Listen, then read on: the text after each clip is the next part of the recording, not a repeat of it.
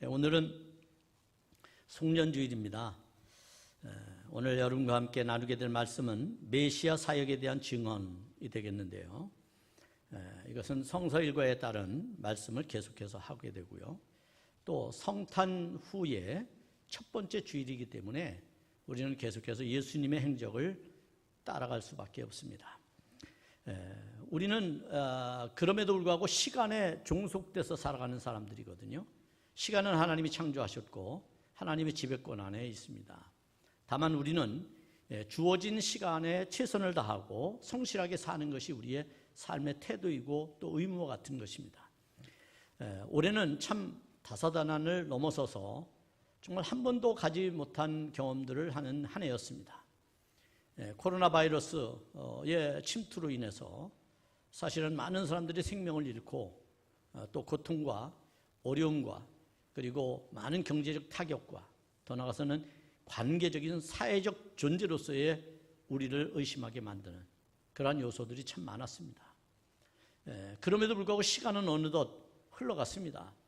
참 지루할 것만 같았고 아니 좀 지루했죠. 그럼에도 시간은 어김없이 오늘 우리를 이곳까지 인도했습니다. 우리는 어쩔 수 없는 시간의 한계 속에서 오늘을 맞이하게 되었고요. 그러면서 이 송년주일이라고 하는 것은 지나간 한 해를 돌이켜보기도 하는 것입니다.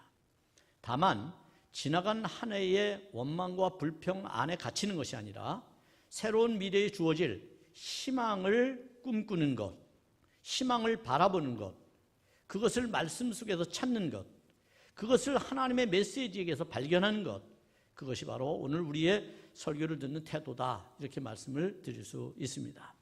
사람이라는 것은 목적과 목표가 분명해야 됩니다.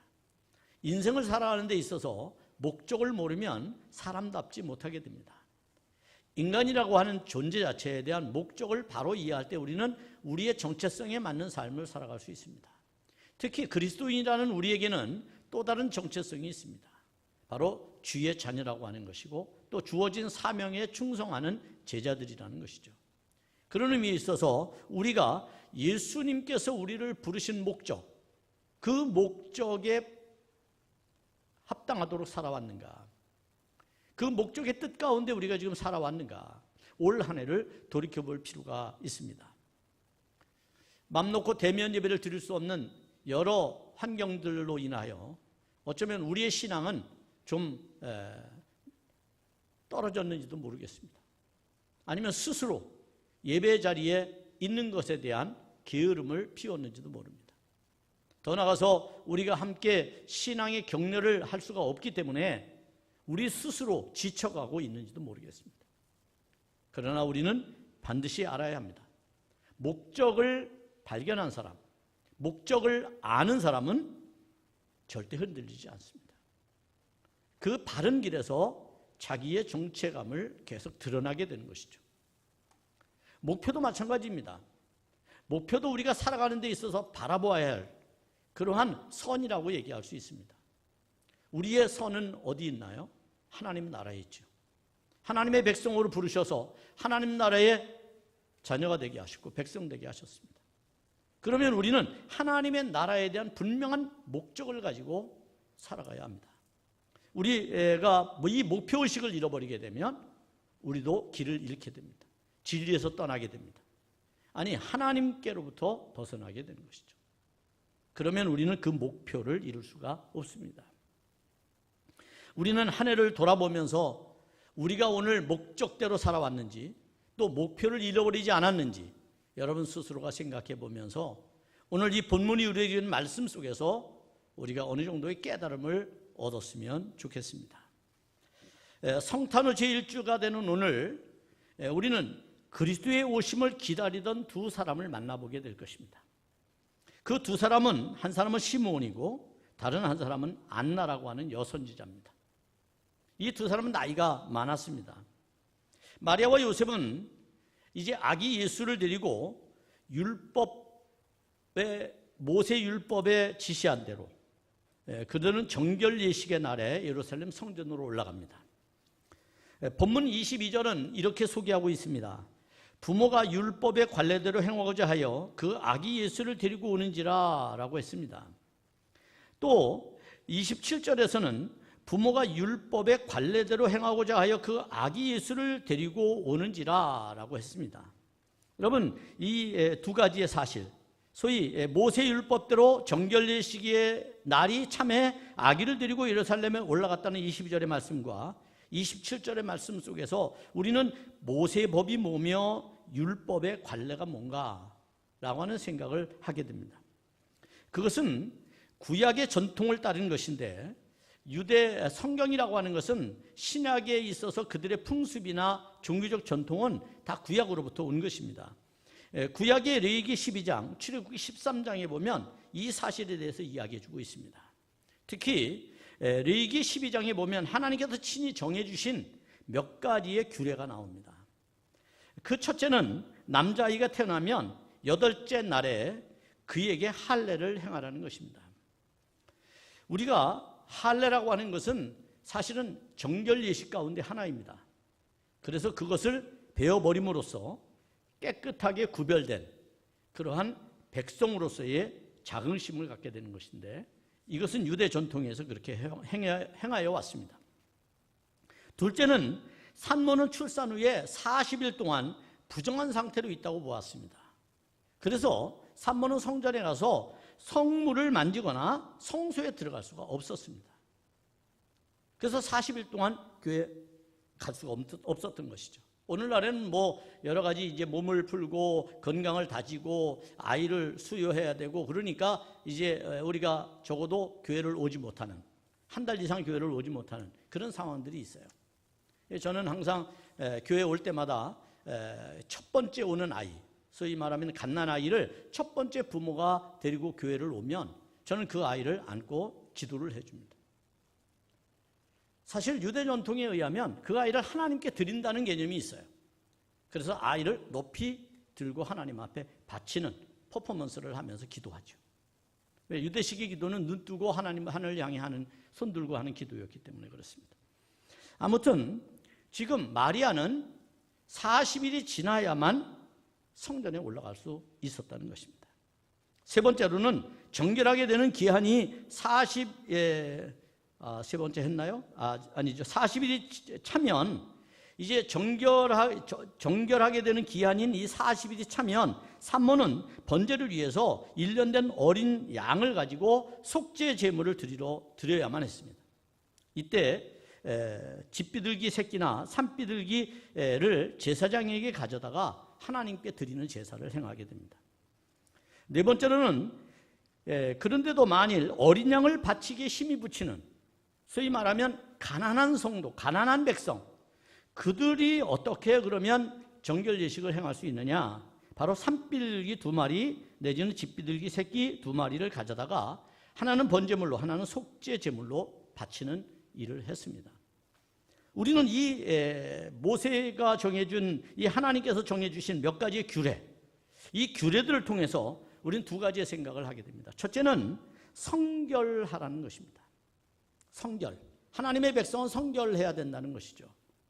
이 성결이라고 하는 것은 거룩이라고 표현할 수 있습니다. 거룩한 삶이라고 하는 것은 언제나 구별된 하나님의 백성으로서의 삶을 말하는 것입니다. 그것은 세상의 사람들과 다른 삶을 말하는 것이죠. 자, 그것을 지금 이 정결예식을 통해서 우리에게 가르쳐 줍니다. 두 번째는 뭡니까? 하나님의 배려가 이 속에 있습니다. 이 하나님의 배려는 가난한 자를 위한 배려입니다.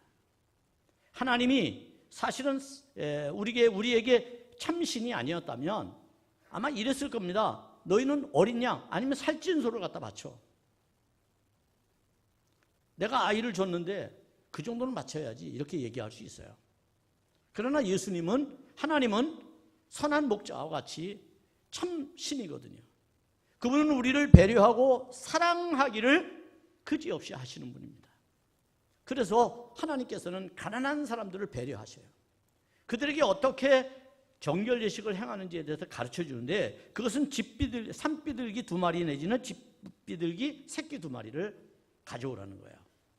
여러분, 비둘기 어떻습니까? 예전에는 비둘기 집에서 키우는 사람들이 많았어요. 요즘에는 이제 분비물 때문에 잘 키우지는 못합니다만, 아무튼 이 중동이라는 지역은 당시로 말하면 이런 비둘기를 많이 키우는 그런 상황이었어요. 산비둘기는 산에 삽니다. 그러니 조금만 노력하면 얻을 수 있는 거예요. 우리가 집에 여러 가지 재물이 없고 또 이 양이 없고 이러더라도 하나님은 그것을 하나님께서 주신, 자연이라고 하는 건 하나님께서 주시는 거잖아요. 그것 속에서 가난한 자들을 위한 하나님의 배려가 감춰져 있다, 이렇게 말씀을 드릴 수가 있습니다. 또한 우리가 이 정결 예식에 관해서는 출애굽기 13장의 말씀을 볼 필요가 있는데, 거기 13장 2절에서 이렇게 말씀합니다. 이스라엘 자손 중에서 사람이나 짐승을 막론하고 태에서 처음 난 모든 것은 다 거룩히 구별하여 내게 돌리라. 이는 내 것이니라. 그렇게 말했습니다. 여러분, 여기에서 우리가 중요하게 생각해야 되는 것은 사람이나 짐승이나 막론하고 처음 난 것을 하나님 앞에 구별해서 드리라는 겁니다. 그래서 그랬나요? 사실 저도 목사가 된 것이 우리 할머님과 그리고 부모님이 저를 하나님 앞에 드리겠다고 소원했기 때문이에요. 사실은 제가 그렇게 고백할 수밖에 없어요. 제 의지로 한 것이 별로 없기 때문에. 우리도 마찬가지입니다. 우리가 우리의 삶을 살아가면서 여러 가지를 우리가 하나님 앞에 종속시키는 삶, 우리의 의지라든지 때로는 우리의 꿈 같은 것일지라도, 심지어는 자본주의 사회에서 경제력이라고 하는 것, 물질이라고 하는 것, 이런 자본이라고 하는 것, 그런 것들조차도 하나님께 성별하여 드릴 줄 아는, 왜 그러냐 하면 그것은 하나님의 것이기 때문에. 그런데 오늘 이 본문에 보면 이제 처음 난 것이라고 했어요. 첫 번째 것이죠. 왜 첫 번째 것을 하나님께 드리라고 했는가? 그래야만 그 다음 것도 다 하나님의 것이 되는 거예요. 우리는 이런 생각을 합니다. 내가 노력해서 내가 벌었는데 11조를 왜 드려야 돼? 이런 얘기를 할 때가 있습니다. 그러나 여러분, 11조라는 내 수입도 그 첫 번째 것은 하나님의 것이라는 고백이 있을 때 그 다음 것도 하나님의 것이 됨으로써 우리가 그 돈을 잘 사용할 수 있는 겁니다. 내 거라고 그러기 때문에 내 마음대로 탕진을 하고 나쁜 일에 사용을 하고 탐욕을 부리고 이렇게 되는 것이죠. 그래서 우리가 하나님 앞에 예물을 드리는 것, 소위 11조와 같은 것들을 드리는 것은 어떤 의미에서 보면 하나님과의 깊은 교제를 위한 우리의 희생입니다. 우리의 헌신입니다. 이것 없이 관계가 회복되거나 그리고 관계를 우리가 원만히 맺을 수가 없습니다. 여러분도 누구를 만나서 하면 차 한 잔이라도 같이 마시고 사야 되잖아요. 그죠? 그런 의미에서 보면 우리가 이것 또한 우리에게 있어서 매우 큰 의미를 제공해 주는 것이다, 이렇게 말씀을 드릴 수가 있어요. 아무튼 하나님께서는 사람이나 짐승이나 막론하고 처음 난 것을 구별하여 하나님께 드리라고 말했습니다. 그래서 지금 마리아와 요셉은 아기 예수를 하나님께 바치기 위해서 성전으로 갔던 것입니다. 자, 또한 본문 23절, 24절에 보면 그래서 이렇게 말씀합니다. 예수님이 마리아와 요셉이 어떻게 했느냐? 아기 예수를 데리고 예루살렘 성전에 올라갔는데 그 이유에 대해서 이렇게 밝히고 있죠. 이는 주의 율법에 쓴 바 첫 해에 처음 난 남자마다 주의 거룩한 자라 하리라. 한 대로 아기를 주께 드리고 또 주의 율법에 말씀하신 대로 산비둘기 한 쌍이나 혹은 어린 집비둘기 둘로 제사하려 함이더라 라고 했습니다. 왜 성전에 올라갔느냐? 바로 이 정결 예식을 행하기 위해서 올라갔다. 그것이 바로 이스라엘 전통에서 이스라엘 백성들이 갖는 하나님 앞에서의 그들의 태도였다, 이렇게 보는 것입니다.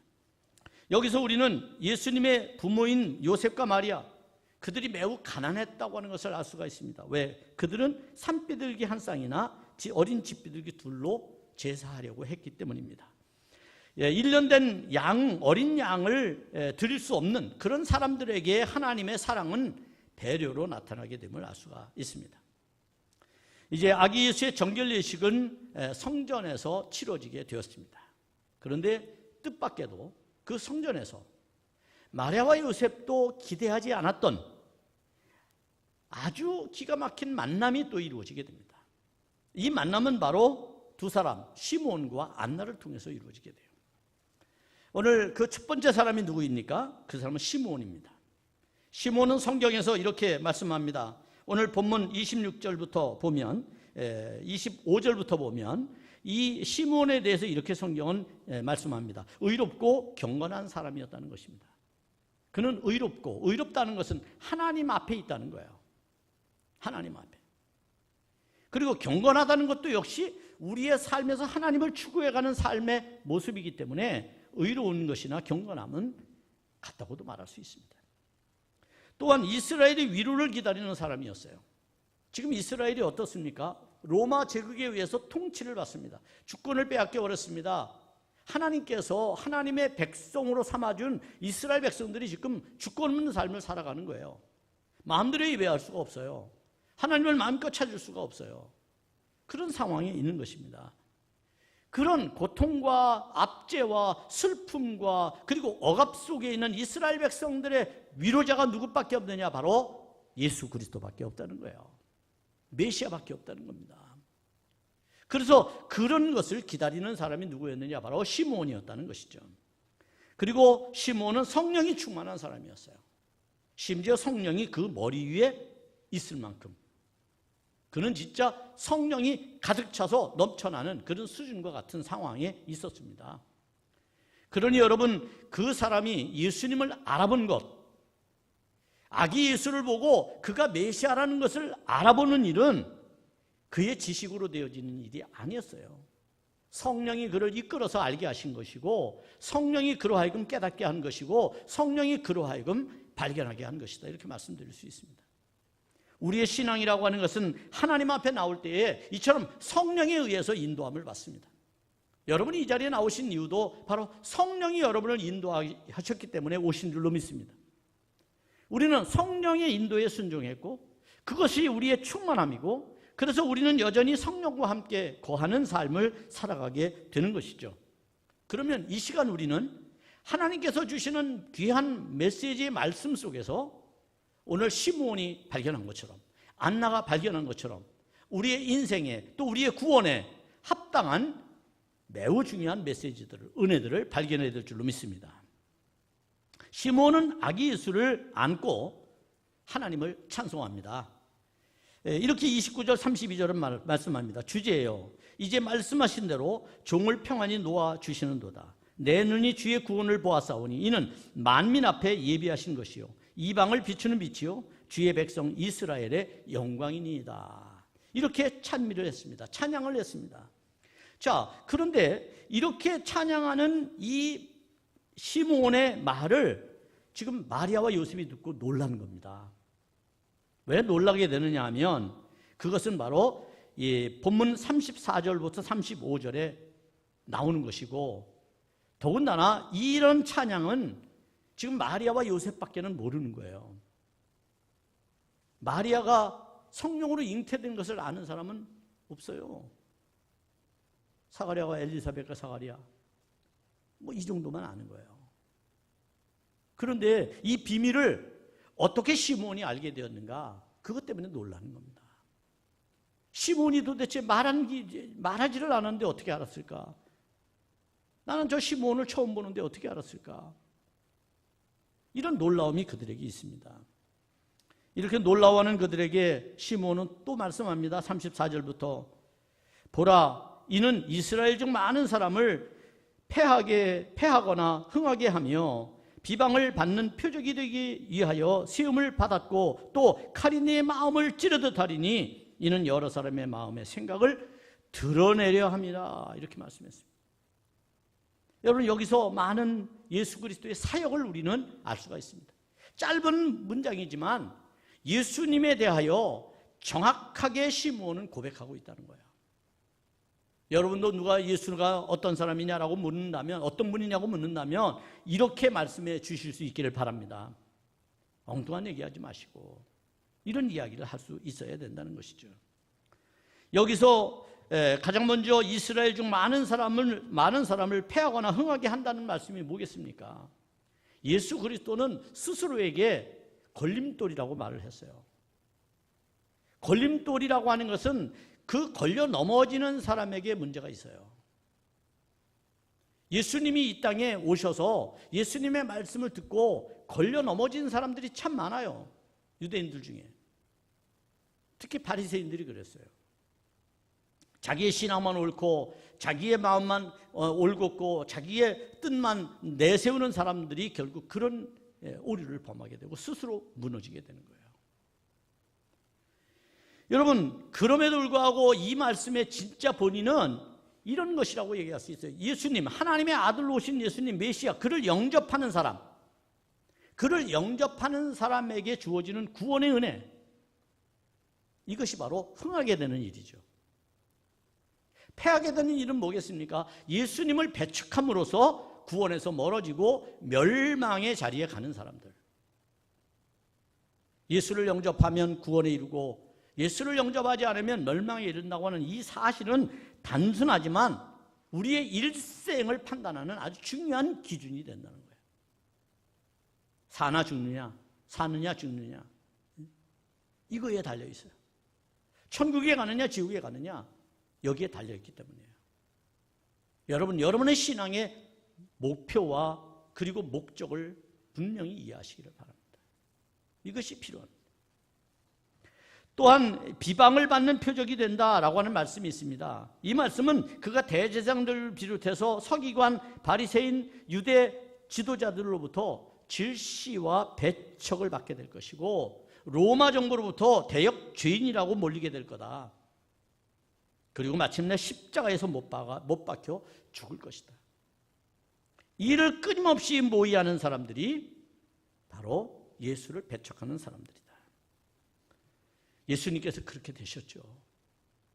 예수님께서 온갖 고난을 받으시고 그리고 마침내 십자가에서 여러분 승리하신 그러한 예수님임을 우리가 알 수가 있습니다. 또한 칼이 내 마음을 찌르듯 하리라 라고 하는 말씀은 마리아가 아들이 당할 십자가의 고난, 죽음 때문에 슬퍼하게 될 것에 대한 이야기입니다. 소위 마리아가 칼이 내 마음을 찌른다.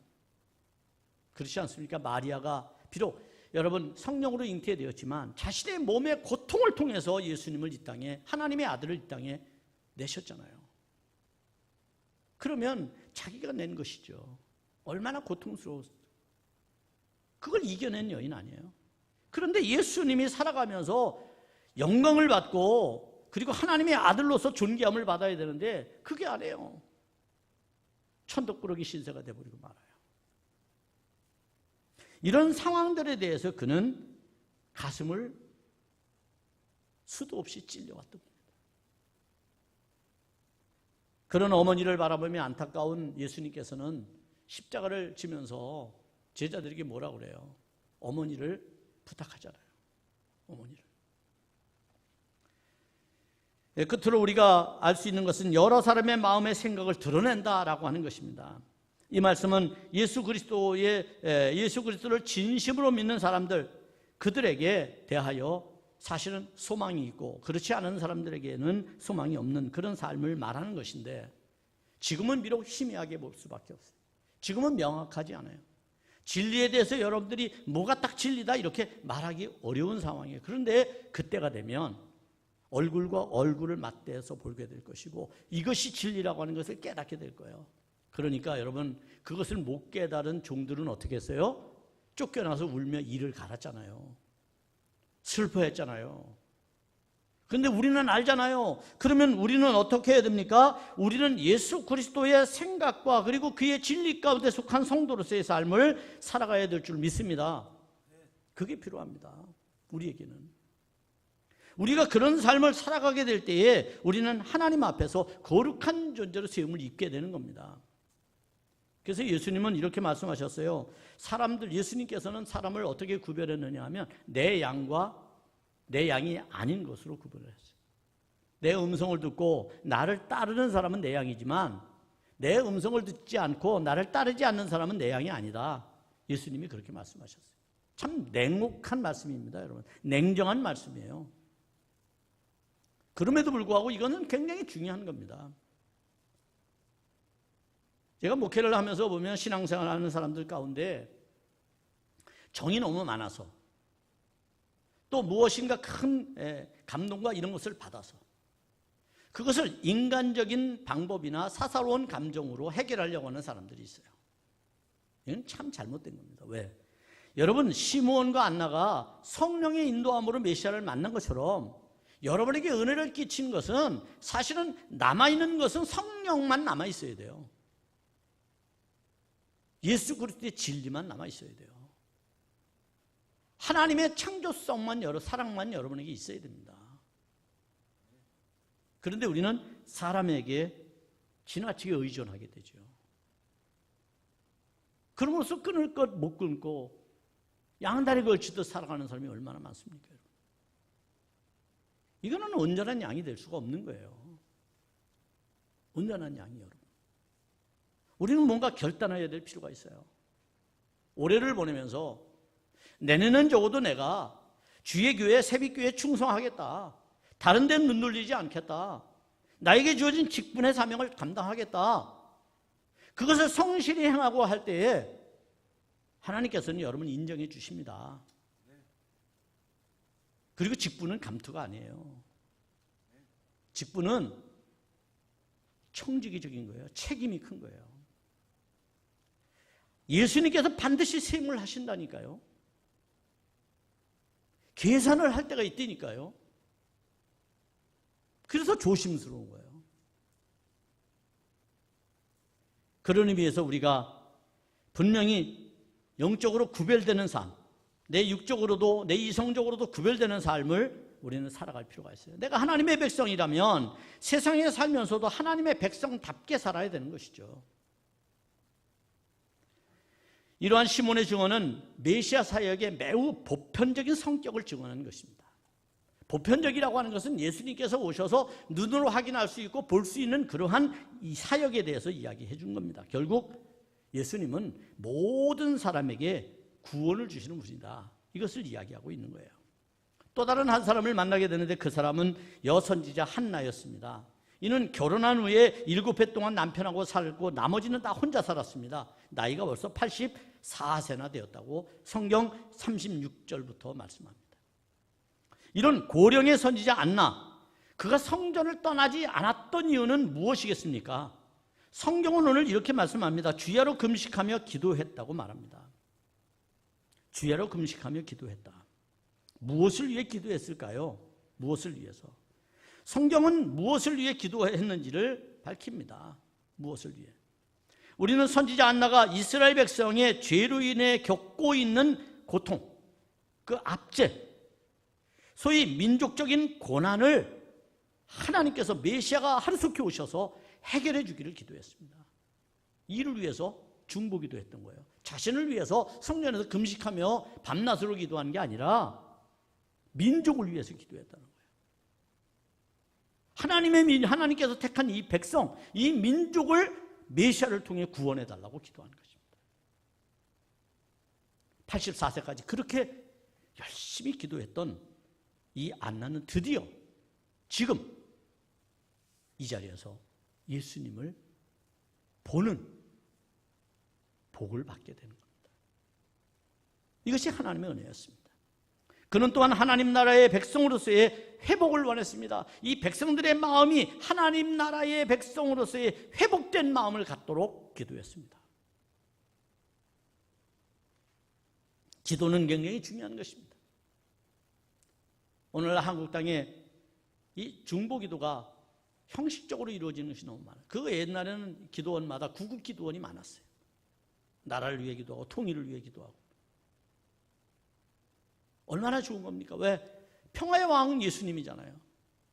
그럼 다른 종교나 다른 사람, 예수를 안 믿는 사람은 몰라요. 적대적으로 살고 막 그래도 모르고. 예수 믿는 사람은 적어도 평화적으로 살아야죠. 평화가 삶의 가치관이 돼야죠. 근데 언제부터인지 교회 안에 막 호전적이고 적대적인 마음들이 막 생겨가지고 말이죠.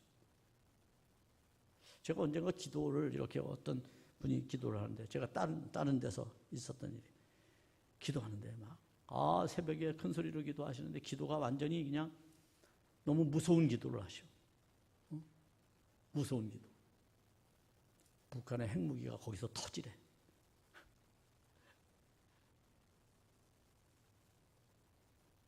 김정은을 죽여달래. 여러분, 이게 예수 믿는 사람이 해야 될 기도인가 도대체? 회개하라고 해야 되지 않겠어요? 마음을 돌이키고 바꾸라고 해야 되지 않겠어요? 백성을 사랑하라고 기도해야 되지 않겠습니까? 이 땅에 전쟁이 아니라 평화가 통일을 시키도록 기도해야 되지 않겠어요? 근데 어떻게 하나님 앞에 그런 기도를 할 수 있나요? 이것은 무엇인가 우리가 중심을 잃어버리고 있다는 거예요. 진리 안에 있지 못하다는 거예요. 교회는 몸뚱아리라는 교회 나오는데 정신은 온전히 세상 것에 지배당하고 있다는 거예요. 이게 정말 안타깝습니다. 사실. 목사야 하는 사람으로 이게 가슴 아픈 거예요. 그러다 보니 오늘날 교회가 이 모양이 되버리고 말았어요. 여러분, 우리가 오늘날 생각해 봐야 할 것은 왜 안나가 간절히 하나님 앞에 기도했는가? 우리의 기도는 어디에 머물러 있는가? 그는 도대체 무엇을 기다렸는가? 안나는 메시아를 기다렸다는 거예요. 메시아를. 그리고 드디어 하나님의 기도의 응답이 이루어지는 성취감을 맛보는 지금 시간이 되었다는 겁니다. 하나님께 감사하며 예루살렘의 속량을 바라는 모든 사람에게 대하여 그는 증언하기 시작했습니다. 보라, 여기 메시아가 오셨다. 하나님의 아들이 오셨다. 우리를 속량하고 우리를 구원하시기 위해 오셨다. 이것을 전하는 것이 바로 안나였습니다. 여기서 예루살렘의 속량이란 하나님의 도성인 시온이 구원이 임하는 것을 말합니다. 하나님의 도성인 시온이 지금 타락했어요. 범죄했어요. 그들의 죄가 깨끗하게 씻겨지고 메시아를 통해서 구원이 완성되는 것을 그가 기도했다는 거예요. 이러한 기도는 하나님께서 응답해 주시는 기도입니다. 여러분, 기도의 특징 가운데 하나가 뭐냐 하면 기도는 응답을 전제로 해서 하는 게 기도라는 거예요. 기도하면 반드시 응답을 받게 되어 있습니다. 끊임없이. 나는 우리 교회가 이 안나처럼 연세 많으신 권사님들이 교회에 가서 기도하는 그런 교회가 되기를 바랍니다. 코로나 시대라고 할 수 있어요. 우리도. 왜? 적은 한두 명이 와서 할 수 있잖아요. 그래서 전통적인 교회들 보면 밤새워서 기도하는 어르신 권사님들이 참 많아요. 교회에서 자면서 기도하고. 우리가 하나님 앞에 간구하게 될 때 여러분, 그 기도는 반드시 민족의 염원이 실현되는 은혜가 우리에게 나타날 줄로 믿습니다. 우리는 이제 본문을 정리하면서 성탄 이후의 삶을 어떻게 살아갈까? 이 본문에서 깨닫기를 바랍니다. 그것은 그리스도인의 삶의 태도가 어떠해야 하는지를 오늘 본문을 우리에게 가르쳐 주는 것입니다. 그것은 한마디로 말하면 경건의 삶을 추구하라는 겁니다. 예수 그리스도를 마음에 모시고 그를 영접한 교인이라면 그분을 중심으로 그분의 삶이 우리의 삶의 가치관이 되도록 그렇게 살아가라는 말씀입니다. 시므온의 말씀 선포에서 찾을 수 있었듯이 30절로 32절에서 내 눈이 주의 구원을 보았사오니 이는 만민 앞에 예비하신 것이요 이방을 비추는 빛이요 주의 백성 이스라엘의 영광이다. 예수님은 이스라엘만을 위해서 오신 분이 아니라 만민, 모든 피조세계, 모든 피조물을 위해 오셨다는 거예요. 이것을 깨닫는 거예요. 그럴 때 여러분 안에도 자존감이 회복될 수가 있습니다. 왜? 예수님이 나를 위해서 오셨다. 나를 구원하러 오셨다. 이것을 믿기 때문에 그렇습니다. 또한 안나는 죄의 용서와 고난과 절망의 삶으로부터 구원해달라고 기도했던 사람입니다. 결국 이 두 사람은 다 경건의 삶을 쫓은 사람들이에요. 하나님의 말씀에 대해서 굳건한 믿음, 확실한 믿음을 붙잡고 세상이 암흑천지가 되더라도 오직 그 하나님의 응답, 그 하나님의 역사, 그 하나님의 말씀의 성취, 그것을 위해서 기도했던 사람, 성전을 찾았던 사람, 하나님을 찾은 사람, 그 사람들이 시므온이고 안나였습니다. 바라기는 저는 우리 새벽교회 모든 성도가 시므온이 되고 안나가 되기를 바랍니다. 그래서 뒤돌아보면서 아쉬워할 것이 아니라 앞으로 우리에게 주어질 하나님의 그 무한한 비전을 바라보면서 우리도 시므온처럼 안나처럼 포기하지 말고 경건한 삶을 경주하면서 기도하고 말씀을 묵상하고 이런 일들을 통하여 하나님의 거룩한 삶을 이루어내는, 그리고 마침내 구원의 영광을 얻게 되는 은혜가 여러분에게 나타날 수 있기를 주님의 이름으로 축복합니다. 기도하겠습니다. 하나님 감사합니다. 주신 하나님의 말씀을 마음에 심습니다. 30배, 60배, 100배의 열매를 맺도록 주여 축복해 주옵소서. 예수님의 이름으로 기도하옵나이다. 아멘.